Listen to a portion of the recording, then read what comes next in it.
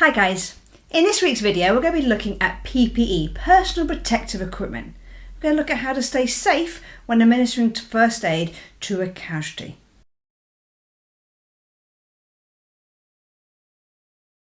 Now there's different levels of PPE that we might consider as a first aider. The very first level will be gloves. I wouldn't be touching another person without putting my gloves on. And in a workplace, we should always have a first aid kit easily accessible that we can be able to grab in an emergency situation. Now, if you're out and about on the street, it might not always be possible to get your gloves to hand, but at the same time, do you always need to put your hands on a casualty? Maybe not. A casualty, if they're conscious, can treat themselves. If someone's bleeding, ask them to put pressure on there themselves while you get a first aid kit or while you get something that can protect yourself. There are lots of blood-borne viruses and diseases out there that can be passed on through blood, open wounds, but also that can be passed on through saliva, and also there are a few diseases which can be passed on through touching someone's skin. So what we can do to protect ourselves and also them from us is quite important as a first aider, I believe. And don't forget, the aims of first aid are to preserve life, to prevent a situation from getting worse, and to promote recovery. Our life is just as important as the casualty, so preserve our life. Make sure we are safe, prevent something from getting worse. So don't forget to hit the subscribe button and watch the video all the way through to the end so I can show you how we can use this PPE correctly. So the first thing is gloves. Ideally, before putting gloves on, you need to make sure you can wash your hands. Now, it might not always be possible, especially if you're out and about, but you can in most workplaces where there's running water. So wash your hands to clean them and put your gloves on. And then after treating the casualty, you're also going to make sure you remove your gloves safely, and you're also going to make sure you wash your hands. Now I'll show you how to remove the gloves at the end of the video after we finish treating this casualty here. Because we're going to look at PPE to protect ourselves from their saliva and them from us touching them as well. And PPE you might have in this case will be something like this, a face shield that you might find inside a first aid kit. People don't know necessarily what these are. They just look like maybe a wipe or a pair of gloves inside a first aid kit. But this actually is a face shield, and when I open it up, it will look something like this. A bit of plastic with a little bit of gauze in the middle of there. What you will do is make sure this goes over the casualty's face with the gauze kind of over their mouth. So if I just turn this sideways, you can see there. So it goes over the mouth. You then still need to be able to open the casualty's airway by doing a head tilt and chin lift. You can do that with your hands over the top of the face shield. You need to pinch a casualty's nose, and then you need to open your mouth the width of their mouth in order to get air in here. So I'll quickly show you this now. So here.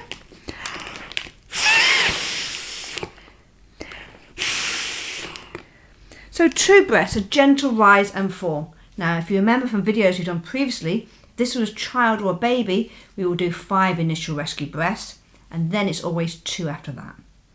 So that's a face shield. It's a very basic barrier against anything we can pass on through saliva or through contact with their mouth and lips. So that's a face shield. You might also find something like this in a first aid kit, kind of rolled up a bit like that. This is another type of face shield. This one's a bit bigger. It has a more substantial valve on there, and that will go in the casualty's mouth, like so.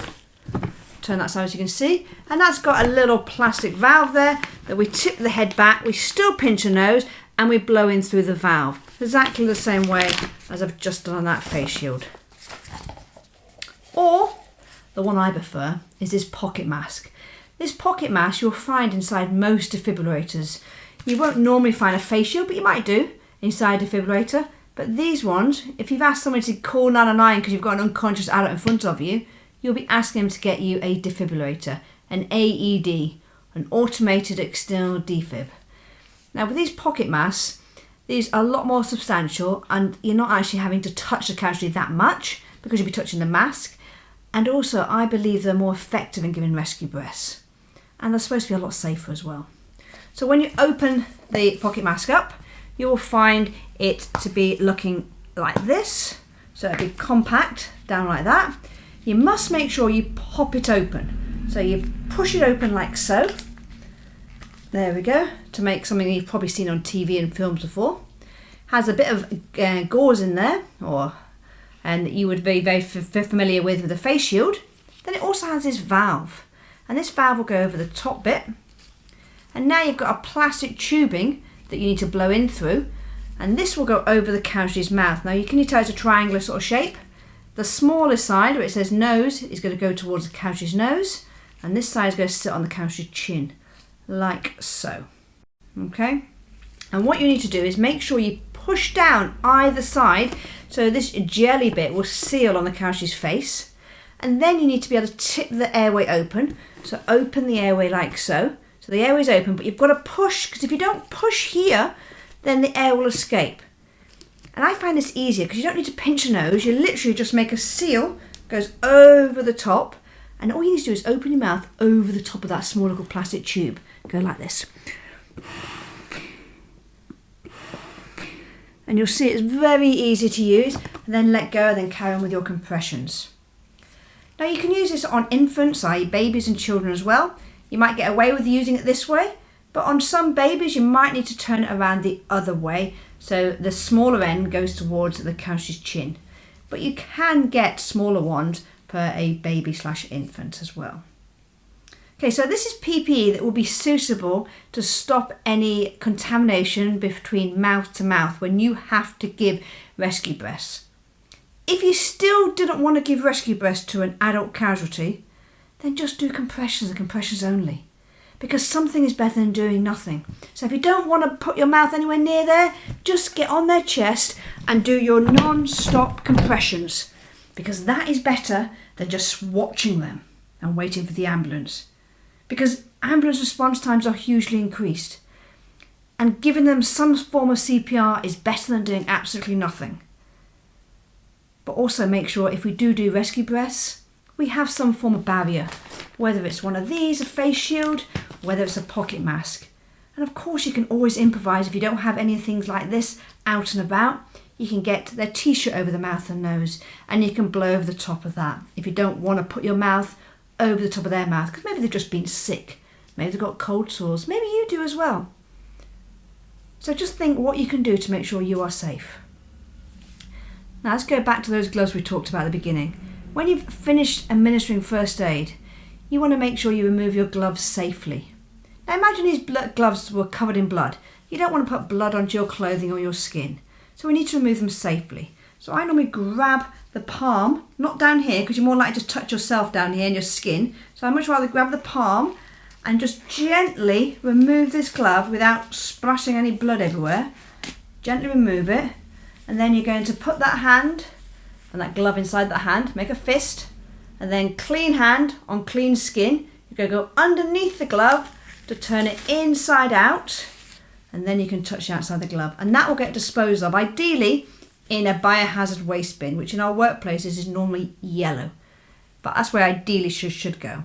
Of course, if you're out and about on the street, you might not be able to do that, but if it was something quite serious, maybe this couch is going to hospital, you can ask the ambulance to dispose of these things for you. So that's just a very quick tour through some PPE that we can use to make sure we are safe when administering first aid. I always get asked, well, I've got no time to put PPE on. You do have time, because if a casualty is conscious, they can treat themselves while you get your first aid kit, which in workplaces should be easily accessible. And I've even got one in my car as well, so if I ever came across anything, I'll be able to access my first aid kit. If you absolutely have nothing around, let's say I've gone for a walk and I've got my first aid kit and something happens, then I will do something to protect myself, even if it's just put my jumper over my hands and use my jumper rather than getting my skin, which might have open wounds on there that I don't want to necessarily get contaminated with somebody else's blood. You might also consider other PPE. If someone is covered in feces or vomit or blood, you might want to think about an apron or some sort of suit to wear that more for a workplace setting you might have available. Or you might even have a face covering or even a visor that you might wear if there's lots of blood splatter, like catastrophic bleeds or projectile vomit around.